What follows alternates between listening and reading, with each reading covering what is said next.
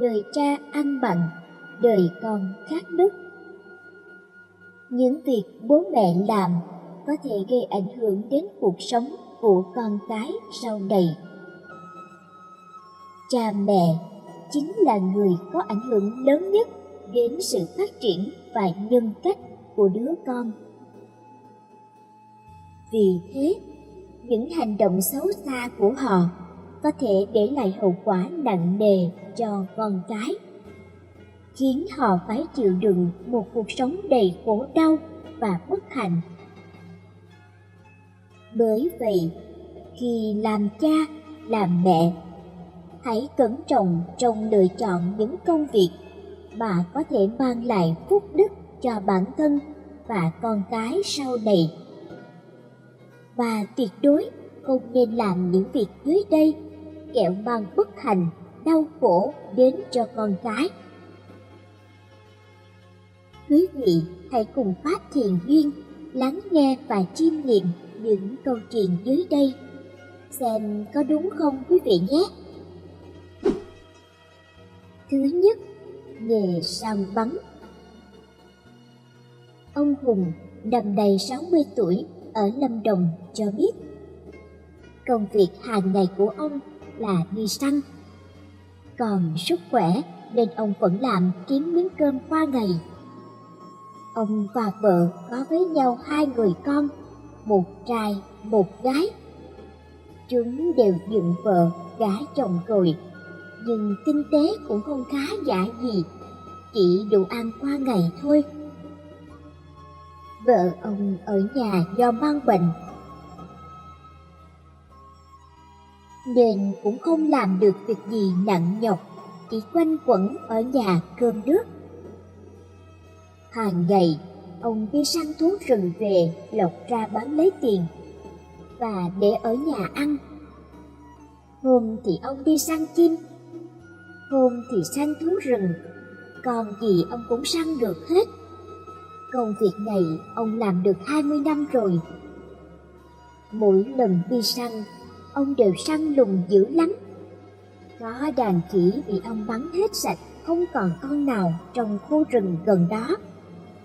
Có hôm thì ông đi săn hươu. Nói chung là cứ con nào bán được tiền là ông không ngần ngại ra tay. Khi ấy, ông nghĩ có tiền thì mới sống được. Nghề nào mà chẳng phải sát sinh. Vì miếng cơm manh áo nên chả sao cả. Đặc biệt, ông ưa thích nhất là việc săn bắn chim chóc. Nhìn những con chim bay lượn nhiều màu sắc, ông thấy rất bắt mắt. Mà bắn chim rất dễ mà nhàn nữa. Ông chỉ cần dùng cái lưới chuyên dụng đặt bẫy. Thế là cả đàn chim sa vào ngay, tóm một mẻ là được rất nhiều. Sau khi bắt được thì ông dùng que chọc xuyên qua đầu chim, đặt lên trên lửa rơm thui chín, làm sạch lông, xong rồi đem ra chợ bán. Việc bắt chim này là nhàn nhất so với việc ông đi săn thú rừng. Số chim bị ông săn nhiều không đếm xuể. Ngày này qua tháng khác, ông cứ tiếp tục công việc như thế. Bỗng đến một ngày, cả gia đình ông, bao gồm cả con cái đã lập gia đình, cháu chắc đều bị mắc một chứng bệnh kỳ lạ. Da dẻ toàn thân tự nhiên thô ráp như vỏ cây, ngứa ngáy vô cùng, không sao chịu nổi, phải dùng rơm khô đốt lên, hơ nóng cả người mới đỡ một chút. Sau đó, ông lại mắc thêm chứng bệnh đau đầu. Khi khám bệnh thì không ra nguyên nhân nào cả. Cả gia đình ông giờ đây bị hành hạ trong bệnh tật. Con cái cứ ngứa ngáy như ghẻ. Đi bác sĩ khám gặp đủ thầy này bà kia và vẫn không khỏi dứt điểm. Cứ tái đi tái lại đến thương mấy đứa con nít. Gãi ruột hết ra, xót vô cùng. Riêng ông bị chứng đau đầu hành hạ, đến đây đã hơn 1 năm rồi. Nhiều khi đau quá ngất lên ngất xuống, lại phải cầm que trúc đập mạnh vào đầu mới đỡ được. Giờ gia đình ông khổ sở quá, đang yên đang lành tự nhiên lại xảy ra cơ sự này. Từ khi mất bệnh, ông không làm ăn được gì. Ông dừng hẳn việc săn bắn. Hai ông bà già ở nhà trồng rau, nuôi cá, sống qua ngày. Vợ ông mỗi lần thấy ông lên cơn đau đầu là thương ông lắm. Sức khỏe ông ngày càng yếu đi. Bà quyết định lên chùa để cầu mong sao được Đức Phật che chở, chứ đi khám mãi chẳng ra bệnh gì, đến tuyệt vọng mất thôi. Bà ấy than vãn, rồi sáng hôm sau, vợ ông lên chùa. Bà ấy kể đầu đuôi căn bệnh của gia đình cho sư trụ trì nghe. Sư mới hỏi, thế gia đình con làm nghề gì? Bà nhà ông đáp rằng, chồng con làm nghề săn bắn hơn 20 năm rồi. Đến giờ bị bệnh, không thể đi làm được nữa. Nhà sư nghe xong lắc đầu thở dài. Nam Mô A Di Đà Phật, và nói rằng, về mặt tâm linh, săn bắn chính là sát sinh, gây hại cho cầm thú muôn loài. Đây là việc làm vô cùng thất đức, để lại nghiệp nặng nề. Không chỉ riêng mình gánh, mà đời con, đời cháu đều phải chịu nghiệp này. Nặng lắm con à. Nghe xong mà vợ ông như chết lặng. Hóa ra bao lâu nay con cái và chồng bị bệnh như thế là do nghề săn bắn của ông gây ra. Biết được sự tình, giờ đây ông hối hận cũng không thể cứu vãn được nữa rồi. Ngày ngày, vợ ông lên chùa thắp hương, niệm Phật, cầu mong giảm bớt phần nào nghiệp báo của ông. Không biết các con ông có qua khỏi không? Ông hối hận vô cùng. Quý vị thân mến, sát sinh, săn bắn động vật là việc làm vô cùng sai trái, thất đức. Có những người làm nghề này bao nhiêu năm, khi về già vẫn còn không nhận thức được việc bản thân đang làm là không đúng, mà vẫn tiếp tục. Hậu quả nhận về thật nặng nề. Nghiệp báo có thể ập đến bất cứ khi nào. Muôn loài cũng là sinh linh, cũng có sự sống. Việc săn bắn động vật chính là cướp đi sự sống của chúng. Bởi vậy, hãy tránh xa việc làm sai trái kia, để bản thân không mất phúc, mà con cái đỡ khổ, đỡ phải gánh nghiệp do bản thân gây ra, quý vị nhé. Thứ hai, nghề cho vay nặng lãi. Ông Hùng là bác sĩ có tiếng ở bệnh viện lớn và phòng mạch riêng, không ngớt bệnh nhân. Ông kiếm được nhiều tiền nên cuộc sống gia đình vô cùng thoải mái. Vợ ông ở nhà nội trợ và chăm con. Lẽ thường, kẻ có tiền vẫn muốn có nhiều hơn thế, nên bà bàn với chồng đem tiền cho vay lấy lãi. Ông bảo sao cũng được, miễn đừng để có chuyện xảy ra, làm ảnh hưởng đến uy tín và công việc của ông. Bà nhờ người em trai đứng ra cho vay nóng với lãi suất rất cao để hưởng lời. Đối tượng vay nóng của bà thường là người nghèo hoặc đã cùng đường, không có tài sản giá trị thế chấp để vay ngân hàng, và cần tiền gấp cho những mục đích như bị tai nạn, chữa bệnh, bị thúc ép bởi một khoản vay khác, việc sản xuất chăn nuôi thất bại, thiên tai hỏa hoạn. Khi mất khả năng chi trả, buộc phải mất tài sản vào tay chủ nợ, là lúc ông bà giàu thêm một chút. Ông bà có 2 căn nhà mặt tiền, rồi lại thêm một căn, hai căn khác. Bà không bối lòng trước ai cả, bởi mình nghĩ cho họ thì ai nghĩ cho mình. Không trả được thì siết nợ, chứ không lôi thôi chi cho mệt. Dù có người khuyên đừng làm cái nghề thất đức đó nữa, nhưng bà bảo phải tranh thủ kiếm càng nhiều càng tốt khi còn có thể. Còn ông thì làm ngơ trước những bệnh nhân nghèo. Ông nói, ông có quyền ấn định chi phí theo ý ông, vì ông là bác sĩ giỏi. Có tiền thì đến, không thì tìm đến bác sĩ khác mà chữa, hoặc mang về nhà chờ chết. Các con của ông bà học giỏi và ngoan, nên ông bà hãnh diện lắm. Bà vẫn tâm đắc rằng nếu không nhờ tiền thì làm sao các con bà có điều kiện đi du học, rồi sắm xe con, thuê người làm, ăn xài thoải mái. Ngày con trai út dẫn bạn gái về ra mắt, một cô gái tỉnh lẻ, gia cảnh nghèo khó, ông bà nói thẳng rằng cô đừng mong bước vào nhà này để hòng kiếm chác. Hơn nữa, cha mẹ cô không thích hợp làm sư gia với chúng tôi. Cô gái cúi mặt khóc ra về và mang theo đứa con trai của ông bà.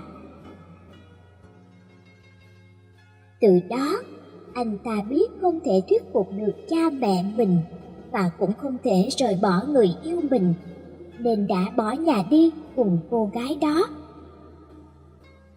Ban đầu, cô gái ấy vẫn khuyên anh quay về nhà, nhưng trước sự cương quyết của anh, họ đã đăng ký kết hôn và sống cùng nhau.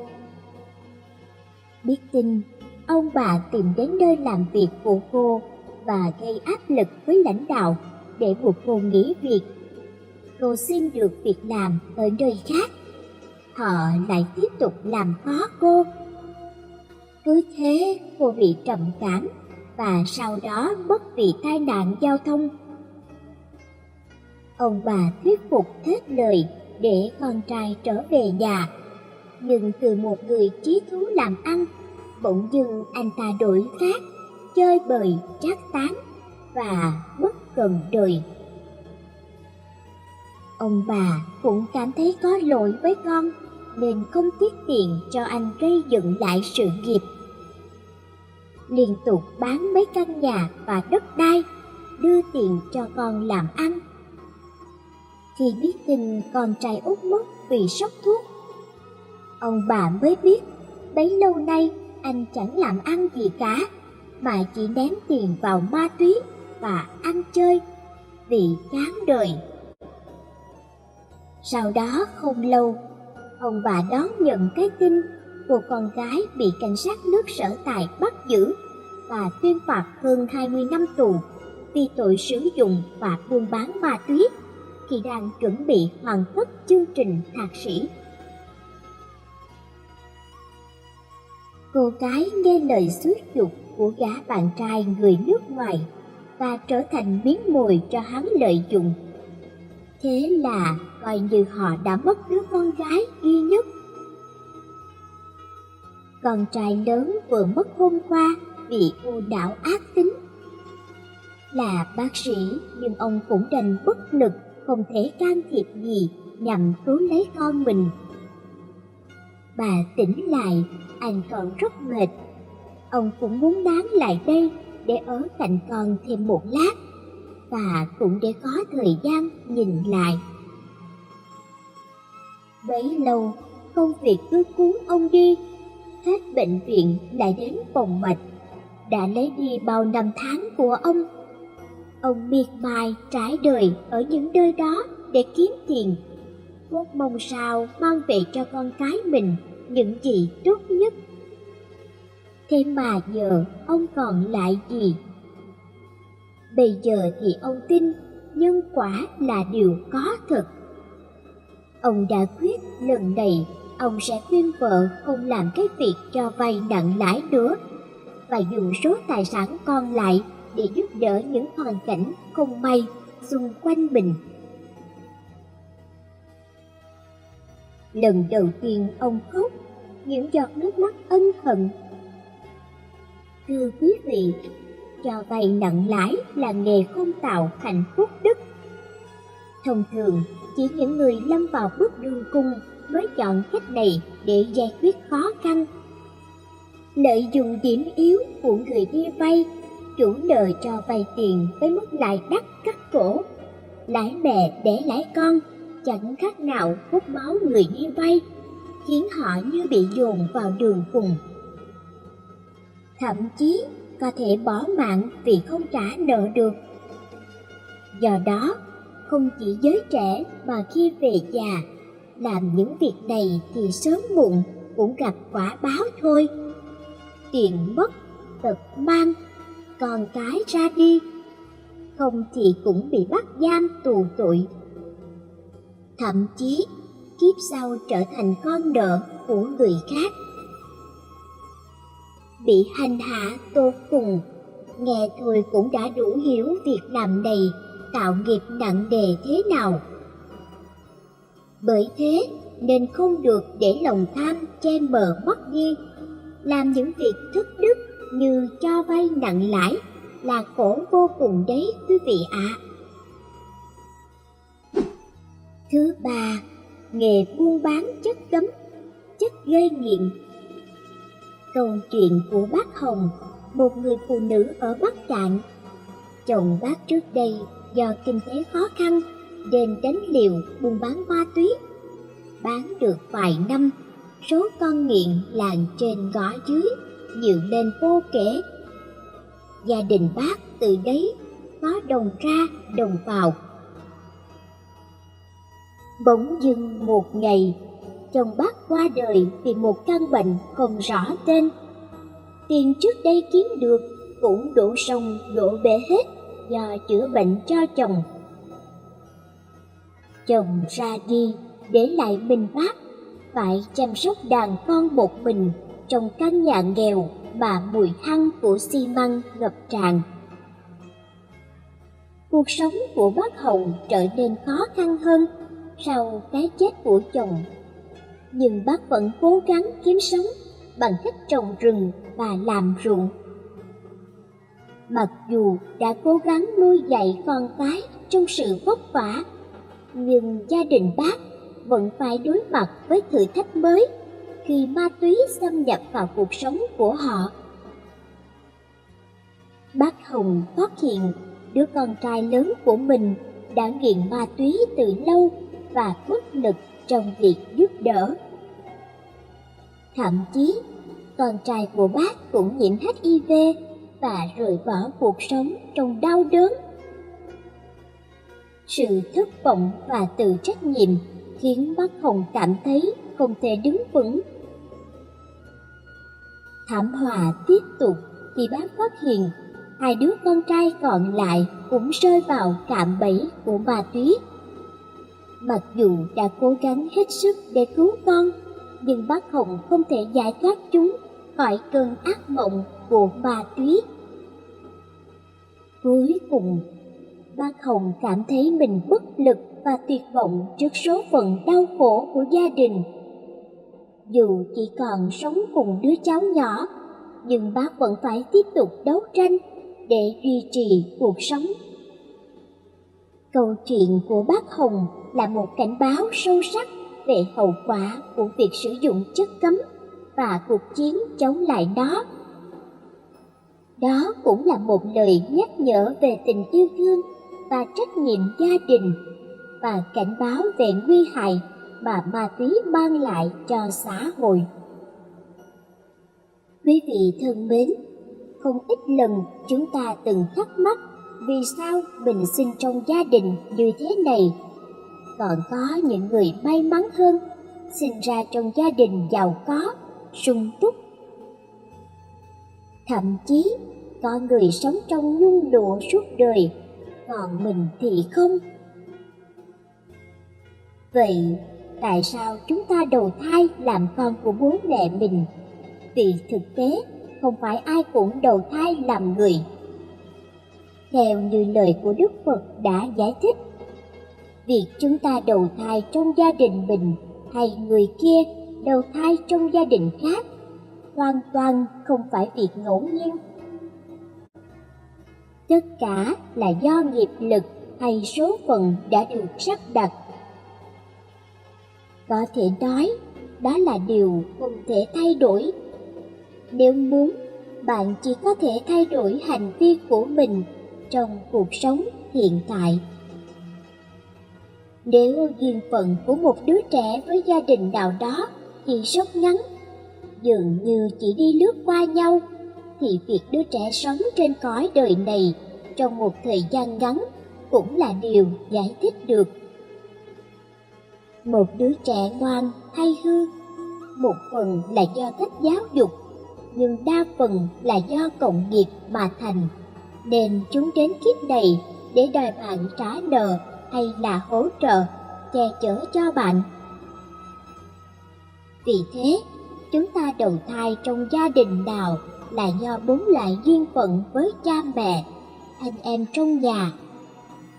Duyên phận khác nhau thì tình huống chung sống giữa cha mẹ và con cái cũng khác nhau. Dưới đây là 4 loại duyên phận của con cái. Là cha mẹ, bạn cần nhìn thấu suốt mối nhân duyên ràng buộc này. Chúng nhận bạn làm cha mẹ rốt cuộc là do cơ duyên gì, là thiện duyên hay là ác duyên? Đầu thai để đòi nợ. Có những bậc phụ huynh rất đau đầu khi con cái phá phách, tiêu tốn quá nhiều tiền bạc, tài sản, khiến họ phải nai lưng ra trả nợ hết lần này tới lần khác. Thậm chí khi chúng lập gia đình, họ vẫn phải cu mang cả gia đình của con. Thực ra, đó là khi người con đó đang đòi lại nợ kiếp trước mà bố mẹ của họ đã nợ không kịp trả hết. Nếu kiếp này bạn đã trả được hết nợ cho họ ở thời điểm nào thì lập tức họ rời đi. Nhưng nếu nợ càng nhiều thì chúng đeo bám bạn càng lâu. Vì thế, nếu một đứa trẻ không thể ở lâu bên bạn thì đừng quá buồn khổ. Hãy nghĩ rằng vạn sự tùy duyên, và duyên lành hay không thì họ chỉ được ở bên bạn chừng đó thời gian mà thôi. Khi đó, hãy cố gắng sống tốt và cầu chúc cho con của mình sớm siêu thoát sang cảnh giới tốt đẹp hơn. Nếu được sinh ra làm người, sẽ có cuộc sống ý nghĩa hơn. Đầu thai để trả nợ. Bạn đã từng thấy có những người con vô cùng hiếu thuận, dù bố mẹ có thế nào đi nữa, họ vẫn hy sinh mọi thứ để chăm sóc, nuôi dưỡng đấng sinh thành. Họ sẵn sàng đi làm xa nhà để gửi tiền về cho bố mẹ mỗi tháng. Điều đó có nghĩa là những đứa con này đầu thai để trả nợ. Nếu món nợ lớn, sau khi trưởng thành, họ sẽ sẵn lòng cung cấp cho cha mẹ một cuộc sống sung túc, vui sướng tận hưởng tuổi già. Có khi bố mẹ sống dựa hoàn toàn vào sự chu cấp của con cái mà không hề nhận được một tiếng phàn nàn của con. Bên cạnh đó, nếu con nợ bố mẹ ít tiền thì khi trưởng thành họ cũng không cho đấng sinh thành nhiều tiền. Chỉ là số tiền tiêu vặt hàng tháng và bố mẹ cũng không có nhu cầu đòi hỏi gì quá nhiều ở con cái. Đầu thai để báo ơn.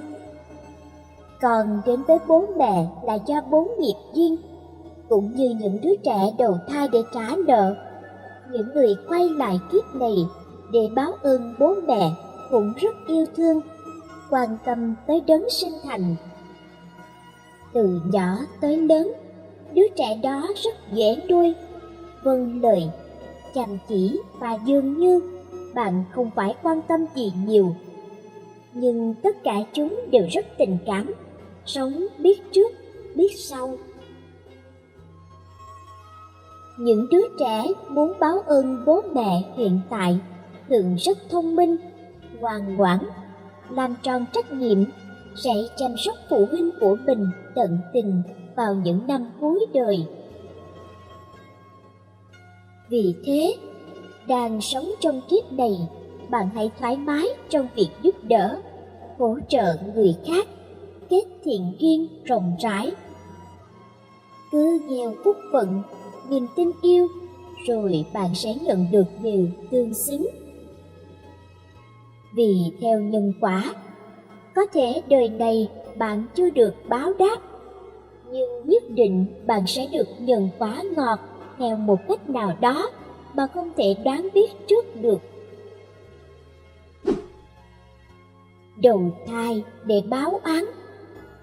Trước đây, bạn đã từng gieo rắc những điều xấu khiến người đó oán hận, không thể tha thứ, thì kiếp này họ đầu thai làm con bạn để làm hại bạn như là cách để trả thù.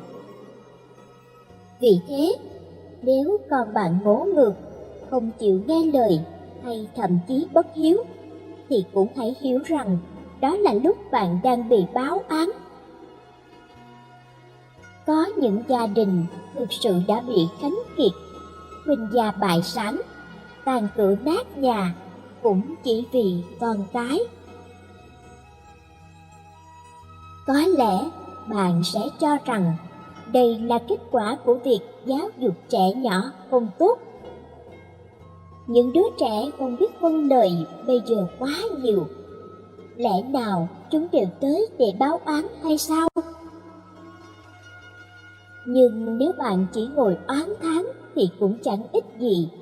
Bạn nên hiểu rằng đó là những đứa trẻ tới báo oán. Vì thế, cố gắng chấp nhận sự thật và tập sống tốt hơn. Cố gắng đứng lên từ những lỗi lầm và cố gắng không gieo thù chuốc oán thêm. Thành tâm sám hối sẽ có cơ hội thay đổi số phận.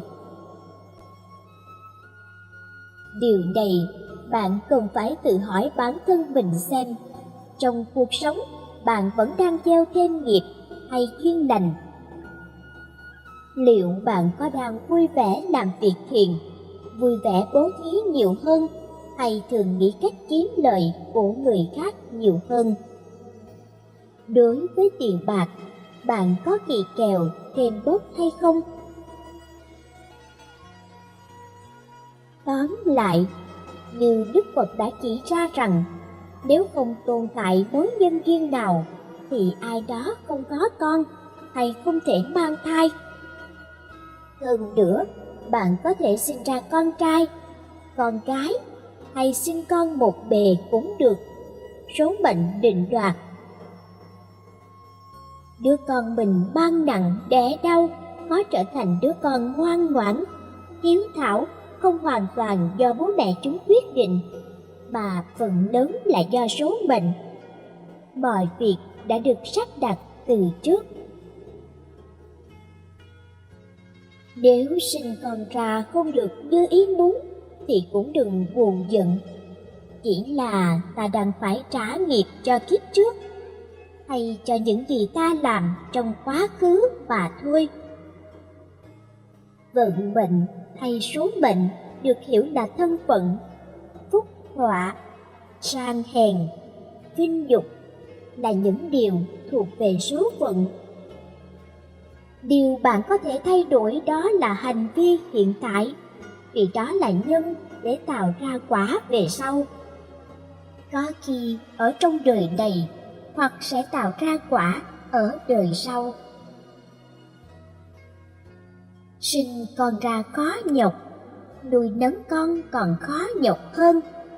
Làm bậc cha mẹ, hãy nên tích đức cho con cái, đừng vì tham lam mà làm điều ác để lấy nhà cao cửa rộng cho con. Cũng đừng vì ích kỷ, thù hằn cá nhân mà gây ác nghiệp. Có thể kiếp sau quả báo mới tới, nhưng cũng có thể kiếp này đã tới ngay trong đời con. Oán trách chính là một liều thuốc độc, vì nó sẽ hủy hoại ý chí của bạn, ăn mòn ngọn lửa nhiệt tình trong tim bạn. Oán trách vận mệnh mình không bằng tự thay đổi vận mệnh của mình. Bản thân cuộc sống vốn không có gì là khổ cực. Con người chỉ vì trong tâm chứa quá nhiều dục vọng, ham muốn mới tự làm mình khổ đau. Oán trách cuộc sống không bằng tự cải thiện cuộc sống của bản thân mình.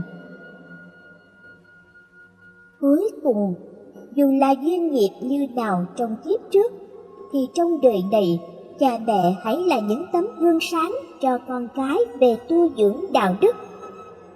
Hơn nữa, cần có trách nhiệm giáo huấn con cái về phương diện này. Chỉ như vậy mới có hy vọng hóa giải những nợ nần, ân oán mà bạn đã tích lại từ đời trước.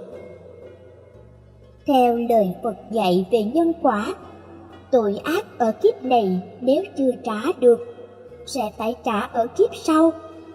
Nhân quả thường đến muộn, nên người đời xem thường nó và tưởng như nó không hề tồn tại.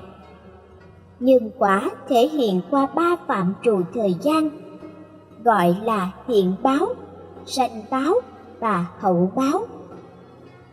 Hiện báo là kết quả trổ ngay trong hiện kiếp, có thể ngay tức khắc hoặc một ngày, một tháng, một năm, nhiều năm trong một đời này. Sanh báo là kết quả trổ ở kiếp sau, khi họ vừa thọ nhận một thân mới. Vì vậy, có những người tạo việc lành bây giờ mà vẫn gặp điều không tốt vì nhân ác đã tạo từ kiếp trước. Hậu báo là khi mình tạo việc lành hay việc dữ ở kiếp này, quả không trổ liền ở kiếp này hay kiếp tiếp theo, mà nhiều kiếp về sau mới trổ, vì duyên chưa đủ. Y cứ về lý nhân quả mà nói 3 thời, 3 khía cạnh của nhân quả. Luật nhân quả rất linh nghiệm và không trừ một ai. Gieo nhân nào gặt quả ấy. Nếu kiếp này làm việc ác mà không bị trừng trị, thì kiếp sau sẽ gặp quả báo nặng hơn. Dân gian cũng đã lưu truyền, đời cha ăn mặn, đời con khát nước. Nếu kiếp này ăn ở tốt mà chưa được hưởng hạnh phúc, ắt do tâm còn nhiều vướng bận, còn nhiều dục vọng. Nếu tu tốt sẽ để lại duyên lành cho đời sau. Trên đời này luôn có nhân quả, chỉ là nó đến sớm hay muộn. Chúng ta không thể trốn tránh được nghiệp báo do những điều ác mà chúng ta đã làm. Dù đi cùng trời, dù đi cuối đất, thì ác nghiệp vẫn phải đền ác nghiệp mà thôi. Tiến trình từ nhân đến quả có thể báo ứng ngay trong hiện tại, mà cũng có thể xảy ra ở tương lai gần hoặc xa. Nhiều người vẫn thắc mắc về những hiện thực dường như nhân quả chẳng công bằng tí nào. Những kẻ bất nhân, không đạo đức, làm ăn phi pháp, tham nhũng, lường gạt, tạo nhiều oan trái trong xã hội, nhưng vẫn sống giàu sang, có nhiều thế lực và tài sản lớn hơn người khác. Chúng ta nên nhớ rằng trong nhân quả giàu và nghèo, thì sự giàu sang ấy là dư báo những việc làm tốt của họ trong nhiều kiếp về trước, chứ không phải do làm ăn bất chính trong đời này mà có được. Nhân quả mang tính cách 3 thời quá khứ, hiện tại và vị lai.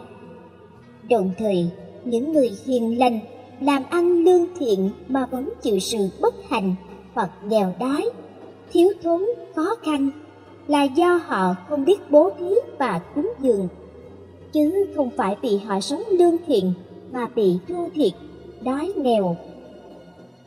Ngoài những tội có kết quả trong hiện tại, còn vô số những việc ác sẽ kết thành quả xấu trong tương lai. Con người thường sợ quả báo hiện tại mà xem thường quả báo ở vị lai.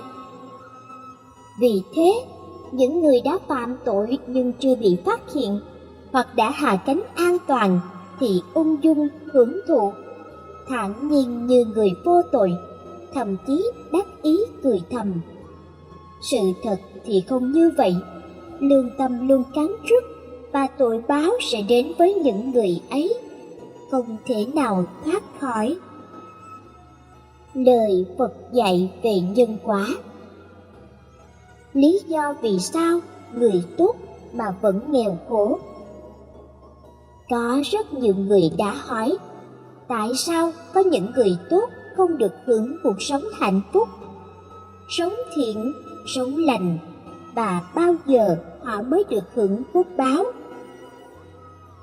Luật nhân quả luôn trải dài từ kiếp này qua kiếp khác. Nếu đời này bạn không hạnh phúc, dù bạn không quá xấu xa, thì ắt hẳn đó là nghiệp từ kiếp trước báo lại. Trong mỗi con người chúng ta thường có hai mặt thiện và ác. Vì cái ranh giới giữa thiện và ác, nó thật mong manh. Tuy nó đối lập nhau nhưng luôn tồn tại song song trong một con người.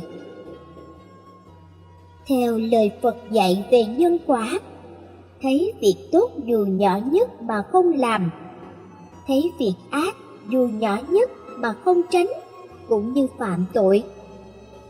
Vậy bạn có khẳng định bản thân mình hoàn hảo? Ai dám nói mình đã đối xử tốt với tất cả chúng sinh? Có ai là chưa từng làm điều xấu, chưa từng nhìn thấy việc nên làm mà không làm? Vậy nên, nếu bạn chưa được hạnh phúc, hãy tu tâm tích đức. Chúng ta chỉ hạnh phúc khi cuộc sống hạnh phúc, khi tâm thanh thản. Nghèo khó là do không biết gieo nhân thiện lành để giúp người, cứu Phật khi cần thiết. Kẻ nghèo và người giàu cũng đều có những nỗi khổ riêng. Chẳng ai có thể bình yên, hạnh phúc giữa cuộc đời này. Nếu như người giàu có, biết sống tốt và tin sâu nhân quả, thì họ sẽ không tự mãn mà còn tìm cách san sẻ, giúp đỡ người khác khi có nhân duyên. Nghèo là do không biết bố thí, cúng dường, hiếu dưỡng với cha mẹ hoặc giúp đỡ, chia sẻ khi gặp người bất hạnh, khó khăn. Luận về nhân quả, giàu và nghèo đều có nguyên nhân sâu xa của nó. Không có gì bỗng dưng khi không, chúng ta lại nghèo. Bố thí và cúng dường là nhân lành để kết hoa trái ngọt, phước báo giàu sang, phú quý trong hiện tại và mai sau. Chính vì vậy, xem ngày hôm nay nhiều người khá giả, giàu có là nhờ phước báo bố thí và cúng dường. Ngược lại, những người không biết san sẻ và giúp đỡ nên hiện tại rất nghèo hèn, có tài sản ít ỏi dù quanh năm vất vả, nhọc nhằn, lao nhọc. Bố thí và cúng dường là pháp tu để phát triển lòng từ bi và gieo trồng phước báo trong hiện tại và mai sau. Đặc biệt là ai cũng thực hiện được pháp tu này. Nếu chúng ta không có tài sản để bố thí và cúng dường, thì phát tâm tùy hỷ vui theo với người làm phước. Người vui theo xả được tâm ganh ghét, tật đố. Người bố thí được giàu có. Người nghèo sẽ bố thí bằng lời nói an ủi, động viên giúp đỡ người khác. Thấy người bệnh thì mình thăm hỏi hoặc chăm sóc. Nếu có thời gian thì đến chùa làm công quả.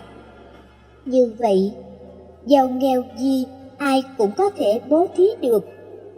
Chúng ta có thể bố thí lời nói, bố thí tấm lòng hoặc tùy tâm cũng như khả năng của mình để tích lũy phước báo về sau. Nhưng nếu ta bố thí nhằm người xấu thì có hai điều xuất hiện. Một là người xấu đó mắc nợ ta, hai là người xấu đó đi làm việc xấu và ta bị tội lây. Cái tội này cấn trừ bớt số phước mà ta đang tích lũy. Vì vậy, nhân quả không đơn thuần nhìn hiện tượng mà kết luận như đinh đóng cột. Theo cách nhìn nhận về nhân quả của nhà Phật, nhân quả trùng trùng duyên khởi. Đó là vấn đề cần cẩn trọng mà không nên phát biểu tùy hứng, vì còn nhiều vấn đề phức tạp ẩn chứa bên trong. Trong suốt cuộc đời, tất cả chúng ta đều đã phạm nhiều nghiệp chướng, chẳng hạn như nói xấu người khác, chửi bới người khác, thậm chí phá thai, tà dâm và các nghiệp xấu khác. Những nghiệp xấu này có thể dễ dàng dẫn đến những quả không hề tốt chút nào, gây ra khó khăn trong cuộc sống. Mọi chuyện không như ý xảy ra trong cuộc sống của chúng ta, phần lớn là do nghiệp quá nhiều đang cản trở bạn. Một số người sinh ra với nghiệp bẩm sinh và phải chịu mọi điều không như ý, yếu đuối và bệnh tật, có những mối quan hệ rắc rối và hôn nhân không hạnh phúc, nghèo khó và không thể kiếm được nhiều tiền trong suốt cuộc đời. Mà nghiệp chướng nhiều đời không đáng sợ. Đáng sợ là dù có gánh nặng vẫn tạo nghiệp. Nếu bạn có thể làm nhiều việc thiện hơn và phát triển Bồ Đề tâm trong đời này, thì những việc xấu có thể được chuyển hóa thành kết quả tốt ở đời này. Để bạn và cả gia đình sẽ nhận được phước lành, của cải dồi dào, tràn đầy phúc lành và không có bệnh tật hay tai họa. Gần đây, mọi việc không được suôn sẻ và bạn có quá nhiều nghiệp chướng. Sau đây là 3 cách giải quyết khó khăn theo Đức Phật chỉ ra. Đọc kinh, niệm chú để dưỡng tâm. Muốn học Phật, phải áp dụng lời Phật dạy vào đời sống và dùng sự gia trì của chư Phật, chư Bồ Tát để giải quyết những chấp trước tình cảm. Đức Phật và Bồ Tát dạy kiên trì tụng kinh niệm Phật mỗi ngày, hay thậm chí chép tụng chú Lăng Nghiêm, chú Đại Bi là một cách giải quyết khó khăn theo Đức Phật cực hay. Nói tóm lại, bằng cách trau dồi và cải thiện tâm trí trong sáng, chúng ta có thể phòng vệ tốt hơn trước ảnh hưởng của những người xung quanh lên cảm xúc của mình. Đức Phật dạy, cảm xúc và chấp trước cũng là giả và không có thật. Nếu lấy hàng giả làm hàng thật, thì bạn sẽ bị lỗ nặng. Chúng ta thấy nhiều người tu hành Phật giáo rất vất vả, nhưng khi gặp tâm thái thì bản chất thực sự của họ lộ ra. Vẫn không thể buông bỏ được chấp trước. Chư Phật, Bồ Tát cũng thở dài trước những biểu hiện của chấp trước. Và chấp trước đối với chúng sinh. Vì vậy, trong việc học Phật và tu tập Phật giáo, việc loại bỏ chấp trước tình cảm là điều ưu tiên hàng đầu. Có điều gì mà bạn không thể buông bỏ được về mặt cảm xúc? Cầu mong mọi người luôn an lạc với mọi hoàn cảnh trong cuộc sống. biết buông bỏ và không để tâm đến những điều không hay. A Di Đà Phật. Biết chấp nhận nghịch cảnh. Câu nói vạn vật đều do định mệnh không phải để chúng ta chấp nhận số phận, mà là dạy chúng ta cách nắm bắt đúng vận mệnh của chính mình. Mỗi người đều có nhân quả riêng, chỉ cần chúng ta hành động theo nguyên lý nhân quả, chúng ta có thể kiểm soát được cuộc sống của chính mình. Trong cuộc đời này, dù bạn gặp ai thì người ấy cũng chính là người nên xuất hiện trong cuộc đời bạn. Và dù có chuyện gì xảy ra thì đó cũng là điều bạn nên trải qua. Vạn vật đều có vòng tuần hoàn, mọi thứ đều có quan hệ nhân quả. Mọi thứ đều không thể giải thích được. Hãy làm những gì bạn nên làm, và số phận sẽ không bao giờ phụ lòng những ai làm việc chăm chỉ, và nó sẽ sắp xếp mọi thứ cho bạn. Khi con người cảm thấy bất lực trước cuộc đời mình thì cho rằng trời đang nắm giữ. Thực tế không phải vậy. Mọi kết quả đều do chính chúng ta tạo ra. Vận mệnh của chúng ta luôn nằm trong tay chúng ta. Điều chúng ta vẫn cần biết là luật nhân quả, hiểu được cách gieo nhân để đạt được điều mình mong muốn. Cái gọi là việc tốt, quả báo tốt, đây là sự thật. Số phận của một người không được quyết định bởi ý kiến của người khác, mà bởi suy nghĩ, thân thể, lời nói và hành vi của chính người đó.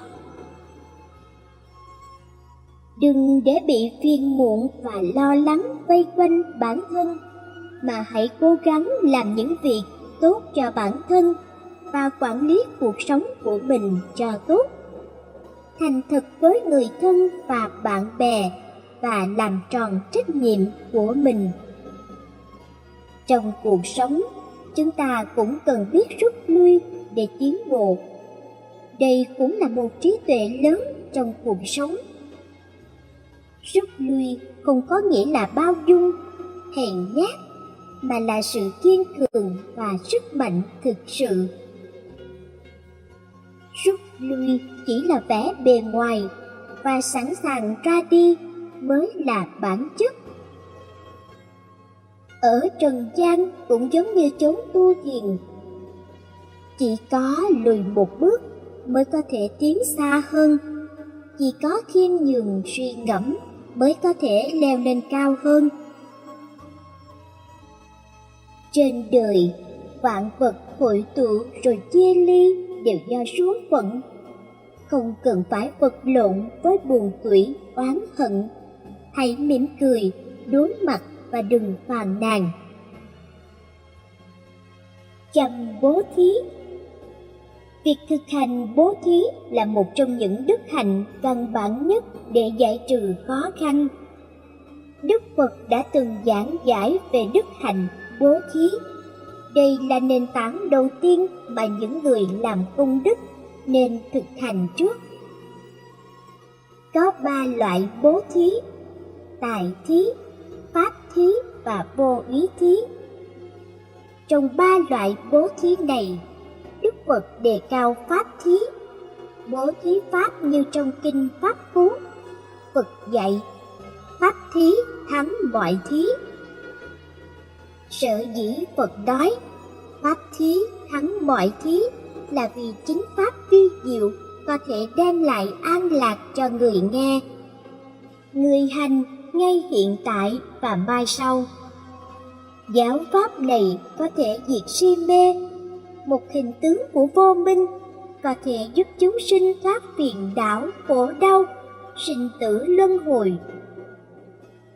Cho đi không chỉ có thể giải thoát kẻ thù, chủ nợ mà còn có thể cứu rỗi linh hồn của những vong linh ngoài kia để giúp bạn tạo phước. Từ đó, cuộc sống sẽ suôn sẻ hơn. Dù bạn làm việc từ thiện nào cũng sẽ có những ân phước đặc biệt. Khi tâm bạn vui vẻ và thoải mái, bạn sẽ mang lại lợi ích cho bản thân và người khác. Thông qua việc bố thí, bạn không chỉ giúp đỡ người khác mà còn được hạnh phúc, xây dựng được những mối quan hệ tốt đẹp và hồi hướng công đức của mình để tiêu trừ nghiệp chướng, và cũng có thể tích lũy vô lượng công đức cho chính bạn. Phật giáo luôn nhấn mạnh chữ hiếu là hàng đầu, làm trăm điều thiện không bằng một chữ hiếu. Công ơn của cha mẹ đối với con cái là trời là bể. Con cái báo hiếu cha mẹ chỉ như muối bỏ bể mà thôi. Bất cứ ai cũng phải gắng tâm, gắng sức để hiếu thuận. Nhà Phật đã chỉ ra hai điều Phật dạy cách hiếu thảo. Con cái nên lấy đó làm gương để tu dưỡng. 1. Anh em hòa thuận. Gia đình là chỗ dựa, cũng là tâm huyết cả đời của cha mẹ. Bậc làm cha làm mẹ nào cũng mong muốn anh em trong nhà vui vẻ, đầm ấm, xây dựng không khí tình thân. Chỉ cần người nhà đối với nhau thân tình, thuận hòa, bên nhau khi vui, khi buồn, chia sẻ khó khăn, tương trợ hoạn nạn, là cha mẹ đã cảm thấy yên lòng. Con nào cũng là con. Nếu xảy ra mâu thuẫn thì người cha, người mẹ ở giữa có phân xử, cũng cảm thấy lo lắng, muộn phiền. Vì ngoài cha mẹ ra, trên đời này, người gần gũi nhất, ruột thịt nhất chính là anh em trong nhà. Cha mẹ tuổi già, sức yếu thì anh em nương tựa lẫn nhau. Ấy chính là niềm vui, niềm hạnh phúc, cũng là sự an tâm lớn nhất. 2. Tu dưỡng bản thân. Không cần đâu xa xôi, mang cơm ngon, quần áo đẹp tới cho cha mẹ. Muốn tích nghiệp lành, muốn cầu chữ hiếu thì tu thân dưỡng tâm, trưởng thành và khỏe mạnh. Vì con cái là tài sản vô giá của cha mẹ, nên chỉ cần con cái bình an, hạnh phúc, tốt đẹp là đã đền đáp công ơn sinh dưỡng. Phật giáo đã dạy, không để cha mẹ phiền lòng chính là đạo hiếu. Để cha mẹ lo buồn cho mình chính là bất hiếu. Viên mãn nhất đời cha mẹ chính là sự thành công của con cái. Đức hạnh tốt, phẩm chất cao đẹp, thành người thiện lương, chỉ cần 3 điều đó thôi là đủ. Bất cứ ai cũng là con của cha mẹ và rồi làm cha mẹ của con. Cuộc đời xoay vòng trong chữ hiếu và đạo hiếu. Cha mẹ vì ta mà hy sinh, ta lại hy sinh cho những đứa con. Đó là gốc rễ, cội nguồn và là đạo lý chân chính nhất của cuộc đời này. Hãy luôn sống để làm tròn chữ hiếu với cha mẹ và nuôi dạy con cái theo đức hiếu sinh. Cảm ơn quý vị đã lắng nghe lời dạy của Đức Phật trên kênh Pháp Thiện Duyên. Chúc quý vị có nhiều bình an và vạn sự lành. Thời lượng của chương trình đến đây là kết thúc. Quý vị nhớ đăng ký ủng hộ kênh, và nếu thấy hay, quý vị hãy bình luận tiếng 1. Nếu cần góp ý, quý vị hãy bấm bình luận số 2 để Pháp Thiện Duyên có thể đem đến quý khán thính giả những video hay và bổ ích. Thân ái chào tạm biệt.